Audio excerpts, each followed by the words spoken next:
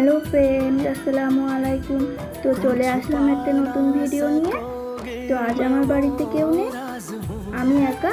ওই জন্য আমার একার জন্যই রান্না করব, আর বাড়ি যা আছে তাই দিয়ে রান্নাটা সেরে ফেলছি।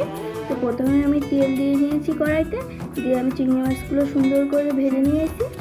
চিংড়ি মাছগুলো ভাজা হয়ে গেছে, আমি তুলে নিচ্ছি।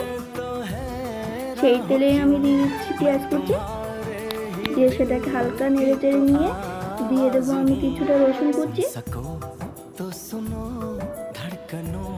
রসুনটাকে আর পেঁয়াজটাকে ভালো মতো করে ভেজে দিয়ে দিচ্ছি আমি কয়েকটা কাঁচা লঙ্কা।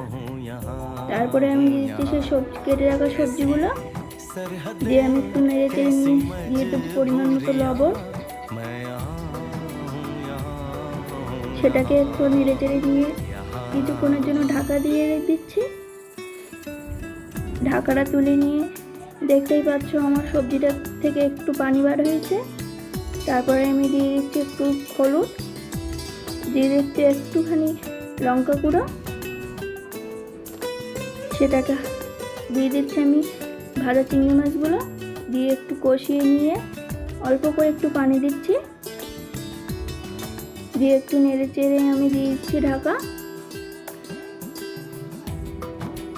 আদা দিতে ভুলে গিয়েছিলাম, দিয়ে আদাগুলো দিয়ে দিলাম, দিয়ে আমি একটু নেড়ে চেড়ে নিয়ে ঢাকা দিয়ে দিচ্ছি। যে পানিগুলো দিলাম শুকিয়ে আছে, এবারে একটু তরকারিটা ভালো করে কষিয়ে নেব। তারপরে দিচ্ছি আমি পরিমাণ মতো পানি, দিয়ে আমি এটা ঢাকা দিয়ে দেব।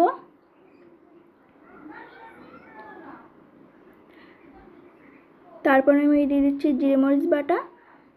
আমার রান্নাটা প্রায় শেষ। রান্নাটা আমার